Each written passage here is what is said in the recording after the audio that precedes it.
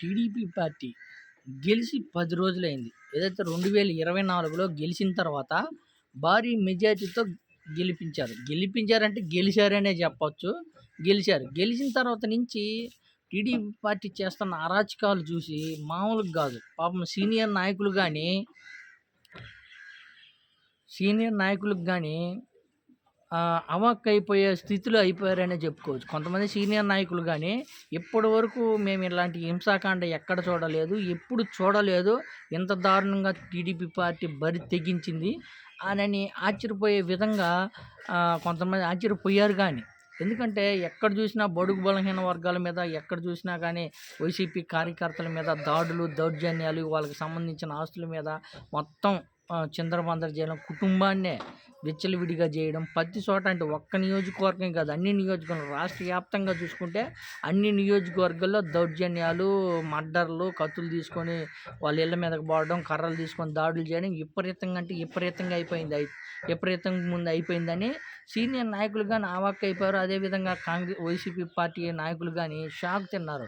ఇదేందిరా బాబు, పార్టీ గెలిచిన తర్వాత రాష్ట్ర పరిపాలన చూసుకోకుండా ఏదైతే రెడ్ బుక్లో ఉన్న అంశాలు, రెడ్ బుక్లో ఏదైతే రాసుకుండే విధంగా పరిపాలన అందిస్తున్నారని అయితే ఏదైతే జరిగిన సంఘటనలో నారా చంద్రబాబు నాయుడు గారికి ఇది ఘోర అవమానం అని చాలామంది సీనియర్ నాయకులు కానీ చెప్పారు. ఏమని, అది 40 years ఇండస్ట్రీ బాబు గారిది, అయినా కానీ ఇలాంటి సంఘటనలు జరుగుతుంటే రాష్ట్రంలో కనీసం ఖండించకపోవడం, పైపెచ్చు టీడీపీ నాయకులు ఎంత విచ్చలవిడిగా రెచ్చగొట్టడం, ఇది దారుణాతి దారుణం అని నాయకులు అంటారు. అదేవిధంగా ఏదైతే రాష్ట్రంలో జరుగుతున్న సంఘటనలకు కానీ ఏదైతే ప్రజా సంఘాలు ఉన్నాయి కదా, ఈ ప్రజా సంఘాలు కానీ తీవ్రంగా ఖండించి ఒక 14 సంఘాలు కానీ రౌండ్ టేబుల్ లాగా మీటింగ్ ఏర్పాటు చేసుకొని ఇలాంటి సంఘటనలు ఏవైతే జరిగినాయో, బడుగు బలైన వర్గాల మీద జరిగినాయో, ఈ సంఘటనలకి మేము వ్యతిరేకంగా ఒక ఉద్యమం తీసుకొచ్చి ఈ జరిగిన సంఘటనలకి ఇంకా జరగకుండా చూసుకుంటామనే విధంగా ఒక ఉద్యమాన్ని స్టార్ట్ చేసే విధంగా వాళ్ళు ఒక మీటింగ్ పెట్టుకొని మాట్లాడుకున్నారు.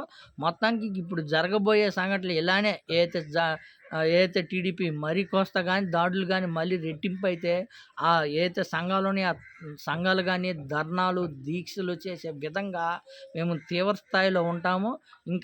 ఇంకేదైతే ఇప్పుడు జరిగిన సంఘటనలకి మళ్ళీ కొత్తగా సంఘటనలు జరిగితే వాటికి మేము తీవ్రంగా వ్యతిరేకంగా ఉంటామని ఒక ప్రకటన అయితే వెలువడింది.